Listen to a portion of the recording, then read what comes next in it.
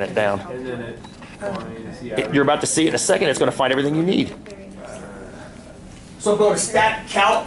I had to look over Madeline's shoulder. Sometimes the screens, depending on the newness of your 84, might look a little different. You have the stat, I think it's called the Stat Wizard turned on. Is that okay? Is it making sense for you? Yeah, it's okay.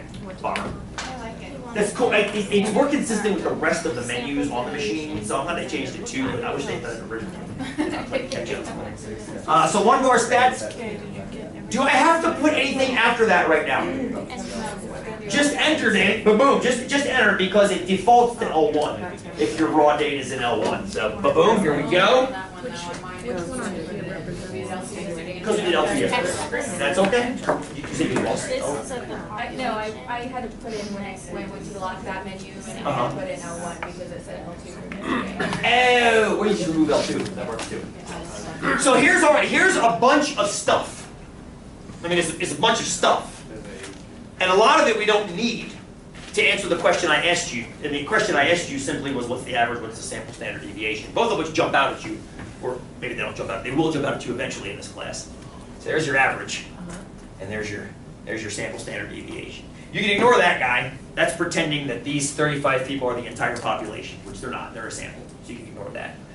That's the sum of all the weight losses. So essentially all that is if you add all those numbers together, you get that. 500 pounds lost. Pretty remarkable. But that's the average. That divided by that gives you that, which is kind of sick. You can go down. You get the median down there, -17. Fairly close to the average-ish. Say that again. I said nice. Yeah, exactly. Get my calculator out.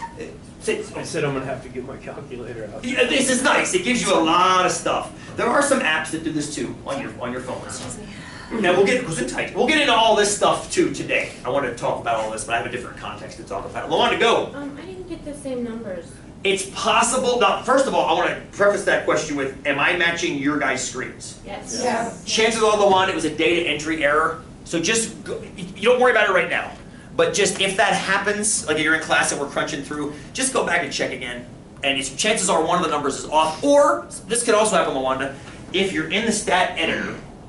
Sometimes, and this is hard to see, when you get to the bottom, there's a way to get down there, I forget what it is, but there might be numbers after your last data point that didn't get erased. What numbers are you putting under L1?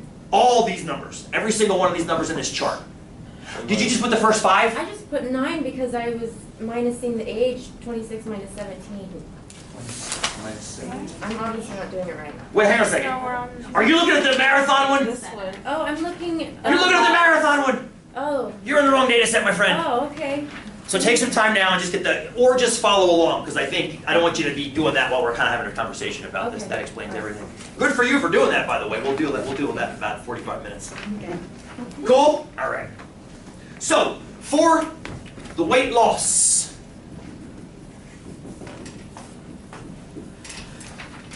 Hello there. We got a sample weight loss of about, let's call that -15, just to make life easy for ourselves. And a standard deviation of about, we'll call it 16. Just to make the math easier. I'll show you tricks as we go through the course on how to use your TI to make the math negligible. But for right now, I'd rather us have simpler numbers to work with to get big concepts understood. Okay. It shouldn't be close, it should be. It should be, okay. I agree now. You're 100% correct. You're 100% correct. It should be ish. 100% correct. Please realize I tend to forget that. And I treat equals as ish. Now, what does it mean? What do each of those things mean conversationally? What does that mean? Did that thing just make a noise? Is it still recording? It's Still recording. Okay, I thought I heard it make its happy Sony noise. X bar, sample mean, -15. This is pounds, right? These are all units in pounds. Average pound. Good, that's the average pounds lost is 15. And give me more, conversationally, what does that mean? Average 15? Average number of pounds lost. Totally, but more conversation, without using the word average, how could we say without using the word? If you had to If you explain. ask any of the 35 subjects how much weight they lost, the probability is that there would be 15 pounds. Oh, what probability? The probability. 20%? 30%? I don't know. That's good. This is good. Hold that thought. Give me like 10 minutes. I love that, actually. I love that. You and Danny are in cahoots somehow. I don't know if you realize it or not. The plus or minus and that probability come right hand in hand. That's good. Hold that thought, hold that thought. Okay. Remember what we called the average? The mean. Well, the mean, yes, but not using math terms. Oh. Think lollipops. Right, it was the equal share, equal distribution. So, if 515 total pounds were lost over 35 people, they'd each have to lose about 15 pounds to accomplish that. That's what the average is. It's the smoothing. It's assuming there are no variances between the data points. That's how much they each have to lose in order to maintain 515 total pounds lost. So it's that common, if they all lost the same amount. Now, of course, that doesn't make any sense because they didn't all lose the amount. But that's what the average does. That's also why the average is incomplete, which is why what you two guys are talking about is so important. So what does this mean? Because the only way the statement that I just said would be true is if that were 0, and there were no variation. But it's 16. So what does that mean? Can I use the on average? Yes! Oh, please use average for this. Yes. Go, Stacy. Okay, so on average, the woman lost about 16 points away from their average. Beautiful. If you look at the distances of each of those weight losses from negative 15, and you averaged all those distances together, you're going to get about 16. That's all that means. Some are bigger, some are closer, some are 0. Did anybody lose exactly 15 pounds in this study? Doesn't look like it. Negative 16, that's close. And negative 40. And negative 14, they're one distance away. But negative 58 is 40 pounds away, right? So we're talking, if you average all those distances, the 40, the 1, the 0, the 16, average all those distances, it comes down to 16. Come on in, Fred. I abandoned my car to make it. You abandoned your car to make it? Yes, I did. I have never heard that before. Yes. I am honored and sad all at the same time. Thank you. I am honored and sad. I'm sorry you had to abandon your car. I hope you get it back. Oh, I will. I call my brother. He'll deal with it. Okay. I can put you on the handlebars and ride you down there. That was a longer walk than I ever I wanted. am honored and sad all at the same time. I'm terribly sorry you had to deal with that. Now, that's beautiful. That is absolutely beautiful. We've got a center, negative 15, and a plus or minus of 16. But the plus or minus how? What is a plus or minus? Well, I want to talk about that first, and then link into what Madeline was talking about probability-wise. There is a phrase that is used in statistics. That is the standard deviation. That's the standard deviation. But the phrase standard deviations, which you may have heard before, within 1 standard deviation of mean, within 2 standard deviations of mean, within 3 standard deviations of mean. If you've taken psychology classes, you've heard this phrase before. That is using this and this together. So that's what I want to talk about now, is what the differences and similarities are between the phrase numbers of standard deviations and also just the standard deviation is. So when you hear the phrase, let's slide that over this way a smidge. When you hear the phrase 1 standard deviation, and I'm going to put in parentheses from average because that's the implication. Okay, when you hear that phrase, you very often won't hear the from average, it'll just be 1 standard deviation or within 1 standard deviation. What that means mathematically is you start with your average, your sample average, or your population average if you have it, but we don't right now. And you add and subtract 1 sample standard deviation from that. And what that gives you is a small value and a big value. That range of values is 1 standard deviation. That is I'm just defining something for you. I'm not telling you it means anything yet. This is just a definition of what 1 standard deviation from average means. Is that? Go, John. Well, I was gonna ask, is that what the minimum max?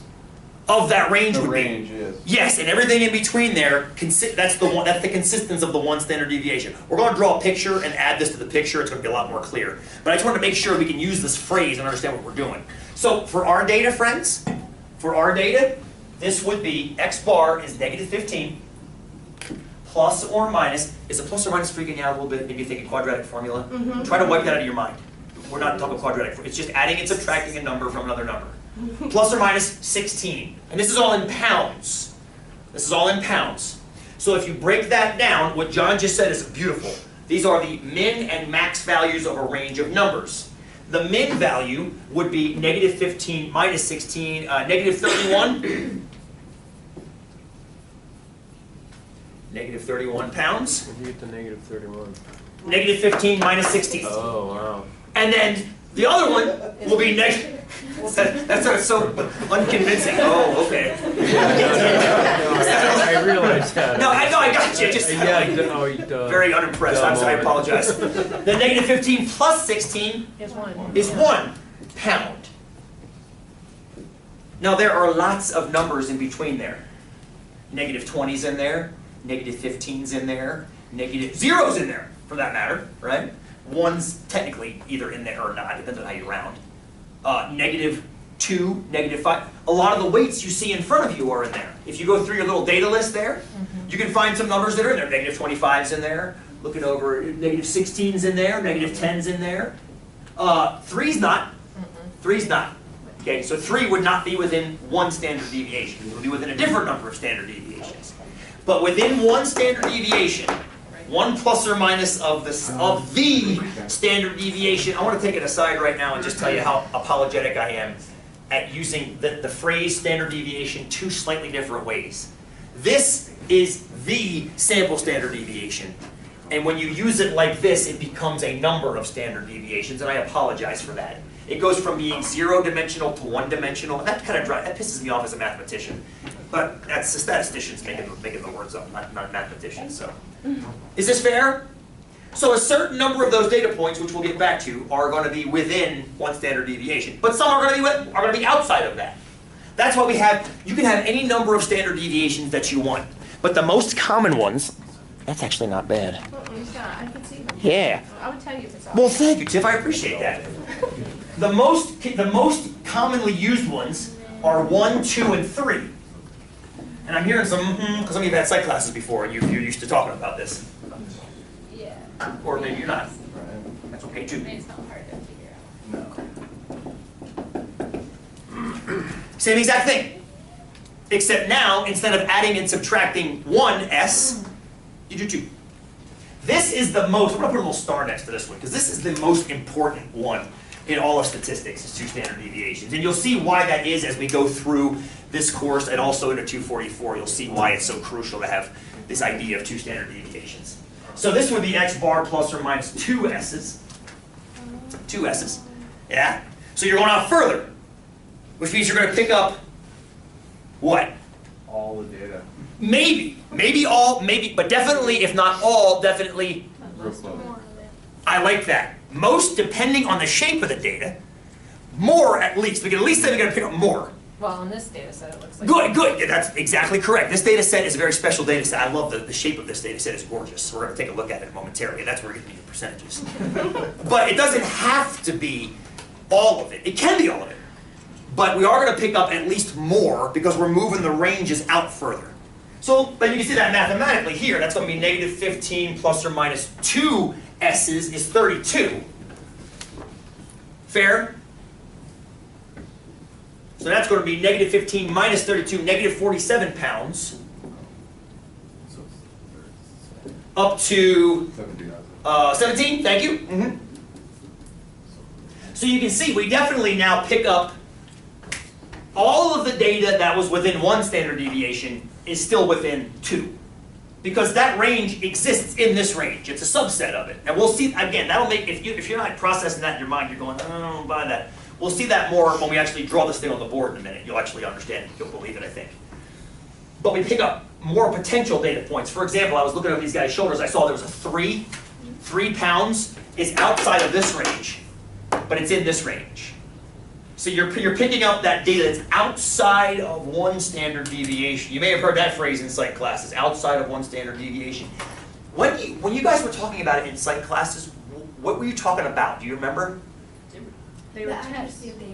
Yes. Oh, good. Accuracy. Good. Not precision. Accuracy. Accuracy. Accuracy. Interesting. Not precision.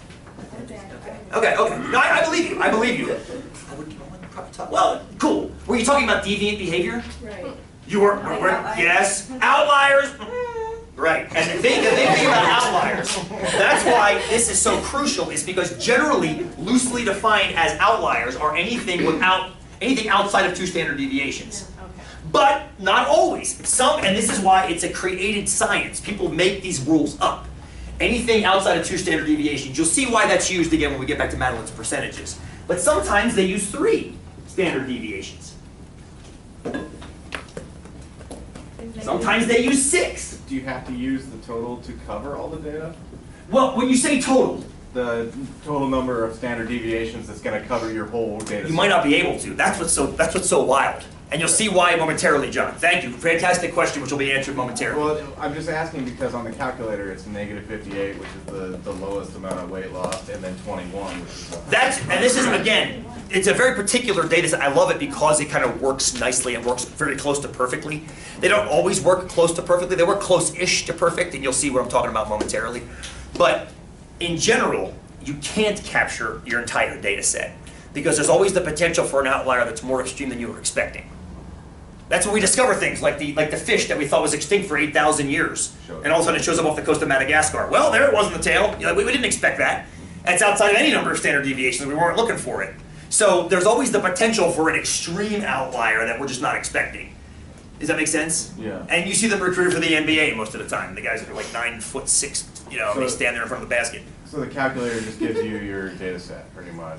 Yes, and then you have to kind of process it using these methods. Yeah. Okay. Let's figure the process. Let's crunch this one. And I don't want to. Your question isn't done being answered yet, John. I want to come back to it. It's a great question. It's a great question. So this is negative 15 plus or minus, let's see, 48 pounds, I guess. Okay, and if we drop that down, we get negative 63, I think, pounds. Up to 48 minus 15, 33? Yep. If I did my math right. So what John is saying is, in our data set, they're all within those numbers. The smallest value we have, negative 58, this is where that Excel trick would come in handy, wouldn't it? Copy it, drop it into Excel. Negative 58 and 21. Negative 58 and 21, both of which are inside this range. But all but 1 is represented under 2.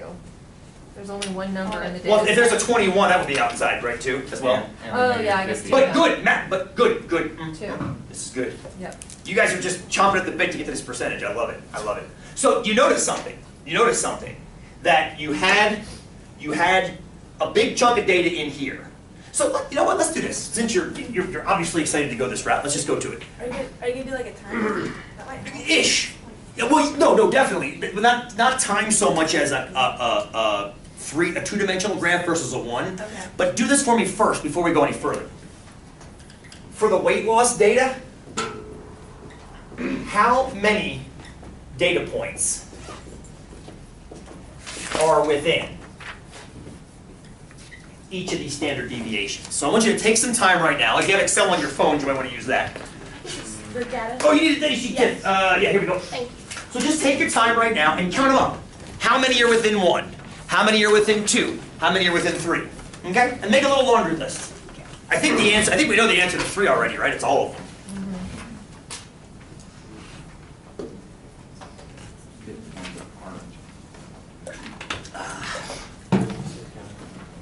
All.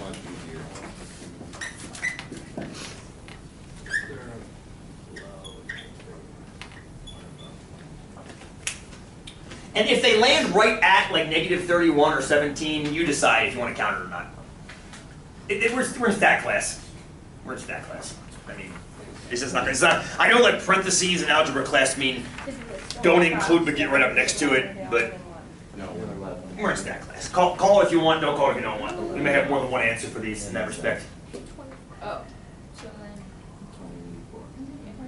then. The figure's 35 altogether? Yeah. That's it, 35. So what was the question again? I'm lost. Just count up how many of the data points Okay. are between negative 31 and 1. Okay. Then go back and count up the ones that are between negative 47 and 17. Of course, you're going to add the ones you already have in there because they'll definitely be within 2 if they're within 1. I cheated. You cheated? How can you cheat? I don't know if there's 24 in the first one, 35 in the last one, there can only be 33 in the middle. Depends on how many of those ones and the last ones are outside of 2 standard deviations, though. So here's why I say that. Suppose, as John said, everything was within 2 standard deviations. So you've got the number from the first one. It might be all of them in the second one, and then all of them in the third one. Well, yeah, But you could also have 3 outside the second one, so you kind of do have to count. You technically have to count them all 3 times. Technically speaking. Well, you can count the ones that aren't in. Yes, you could totally do that. You can count the ones that aren't in there, and then Way do the less opposite of that. That is less counting in general. Yeah. Okay. We can always collaborate on our data. Make sure we have the class accepted n equals 32-ish acceptable answer. So you're saying that we're trying to get to percentages, and that's exactly From this. That's exactly what I'm doing right now. Good for you! That's what I want to get to eventually. I want to get to a percentage. That's exactly right. Oh, and this gives me a great idea too. Hang on. Another video idea. Thank you for saying that. We're kind of within the range or outside of the range? I want the number to be within the range, but if you count outside, just subtract it from 35, and then you've got the number within. That's yeah, but I do want to get the ones that are within. I know, thrilling. We got some numbers? How many are within the first standard deviation? 24? 25? We'll go with either. They're both fine. 24 or 25. It depends on. I'm assuming there was a negative 31 or a 1. Both. Oh, they were both. So it could be 23 then, even. So it could have been 23, 24, or 25, depending on how you count those 2 ends. That's fine. 23 to 25, depending on how you count the endpoints. The reason I say that. Did I ever stop this thing recording? Oh, I never did. That actually worked out just fine. Depending on if you choose to include the negative 31 and the 1, or you choose not to include it, that's going to alter your answer of what's in or what's out. You see what we're getting at here? It's ish. I mean, we rounded these off, remember. If you need more precision, you would use the fully unrounded values, and then you would get a better view as to what's exactly in or out. But I'm not really concerned about that. I'm concerned about a rough snowball estimate, or ballpark estimate. Snowball. Now, how about within 2? It was 33, right? Because you guys said everything except the highest and the lowest are within there. So we'll call that 33. And then this is all of them. Now, notice the lion's share of the data, and Matt, you've already given us percentages, haven't you? You've already given us percentages. What percent, what number did you use in here? I used 24. 24, go with 24. 24 out of 35, right? What is that roughly as a percentage? 69. 69%? 0.69, beautiful. 33 Is 94. out of 35 is about 94%, and this is 100%. Yep. Where'd you get the 33? Those aren't, 2 numbers aren't included in the data. Oh, gotcha, Tim. I see. If you look at the entire data set, the largest value was 21, which is outside that range. The smallest value is negative 58, which is also outside that range. Everything else is within that range. So that means 33 of the 35 are within it. Okay. That's all. Cool? Yeah. And this is about 100% or 1. Now, what I want to do is, I want to generalize this. This is not coincidence. And those of you that have taken statistics or psychology statistics type courses before have seen these numbers before. If your data is shaped a certain way, this is almost guaranteed to happen. And the data has to be shaped like what? We've talked about it quite a bit in here, actually.